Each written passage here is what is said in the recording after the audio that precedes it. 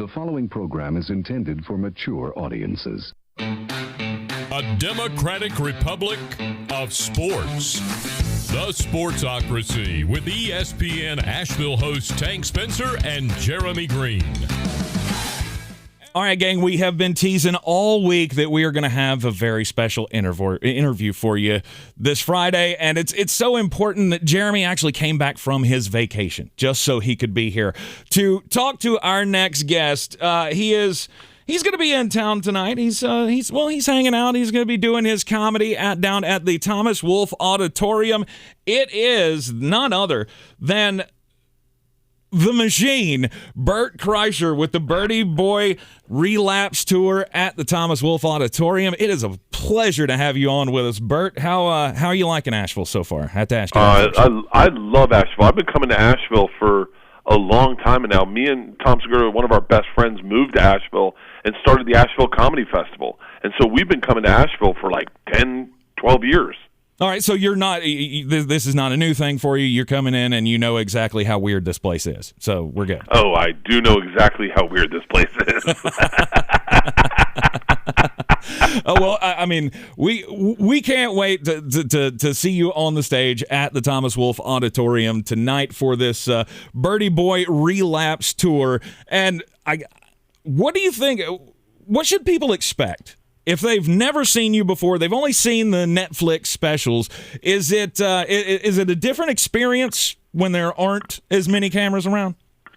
Yeah, 100%. It's a little more free. It's a little looser. All this material will be going on my next Netflix special, and I'm shooting that in November. But it's kind. I mean, I always think it's fun to go see a comedian work out his hour, and so it'll be that hour, but more kind of loose and free and less dialed in and more. And you take bigger chances because you want to find out what's too far and what's not too far. But yeah, I'm excited, man. I think people are going to love it. Bert, huge fan. I will be there tonight. I'll be really easy to spot as the only 6'5" mulleted guy that's screaming how much he loves you. Looking through your YouTube, you got to play at the Donald L. Tucker Center. I'm a diehard, lifelong Florida State fan, and that may be a dream that I never knew I had that you've gotten to live out. What was it like to go back to Florida State and do stand-up at the Tuck? It was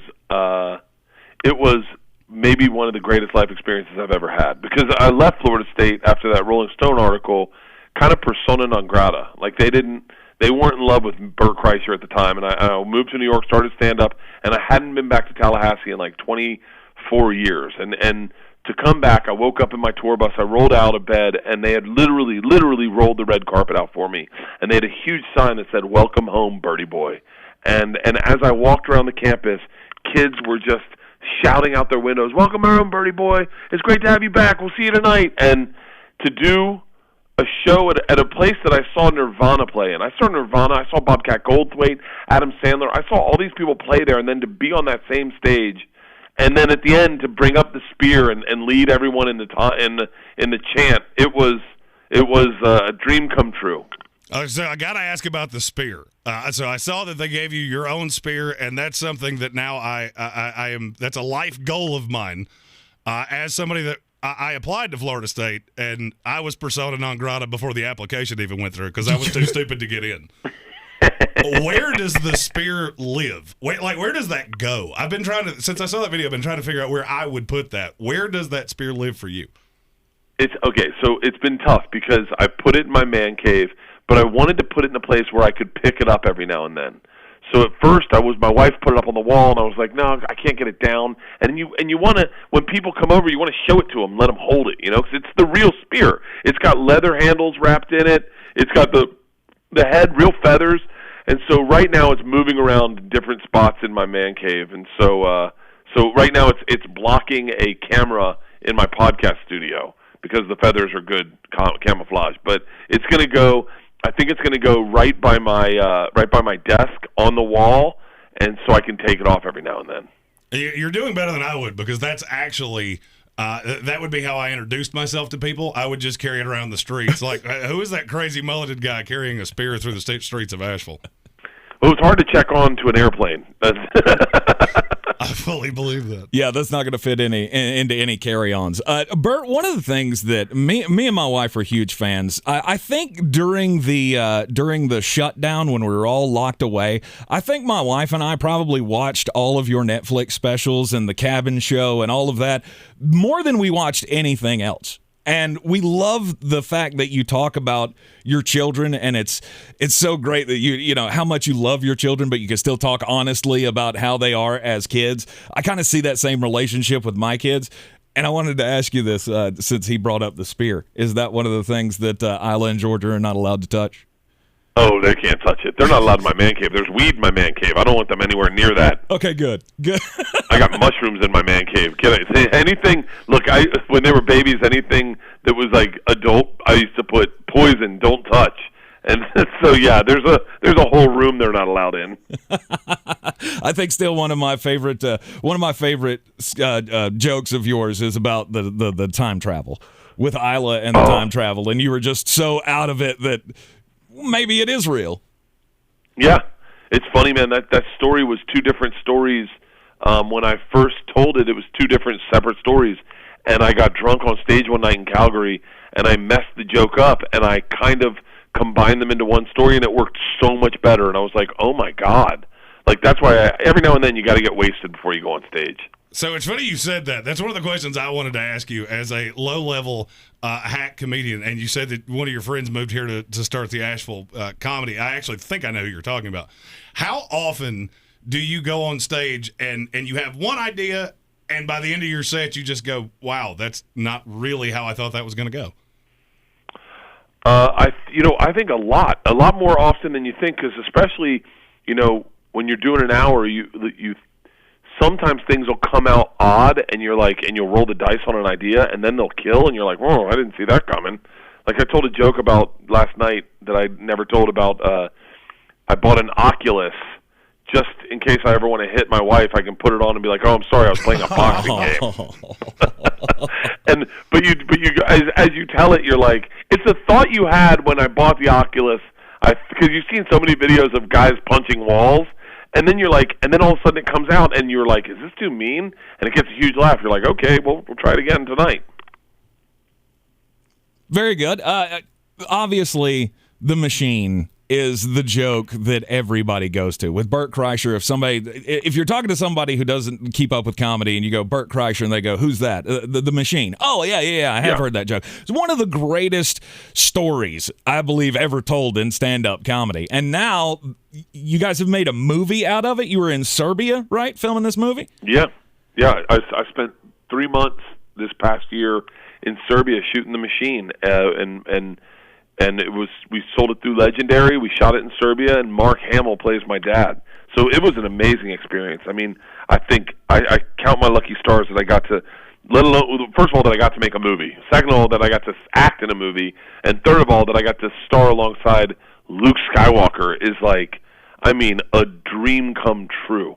I'm glad you explained who Mark Hamill is, because Jeremy doesn't do movies, and he just refers to the Star Wars movies as Space Bears. Space Bears and talking trash cans. I've never seen a Star Wars movie in my life. It's so funny. My co-lead, this woman from the Eastern Bloc, had never seen Star Wars, and she goes, don't bring it up to Mark. I do not want to be embarrassed. And so we're at dinner one night, and I go, Mark, Eva loved Star Wars. Didn't you, Eva? And she's like, oh, yes, I loved it so much. And he was like, what was your favorite part? She goes, oh, the whole story, good guy versus bad guy. And I go, Eva, who is your favorite character? She goes, probably Chewbacca. I said, why don't you do an impression of Chewbacca? She's like, oh, hello, my name is Chewbacca. I've never seen Mark that. Is I the could best. do better than that. Mark is the best, man. He is so generous with everything that you're just like, if you ask any questions about Star Wars, the guy tells you everything you need to know. He's the best and an amazing actor. I actually said on an interview, I didn't realize what I was saying, but they're like, how's the movie? I said, Mark is phenomenal. I wouldn't be shocked if people were like, this is the best movie he's ever been in. I don't think that's going to happen. I don't think it'll ever reach that kind of acclaim. It won't even be the 5th best movie he's ever been in. and 2 of those are cartoons. So yeah. But whatever happened to Igor? Have you ever touched base with him?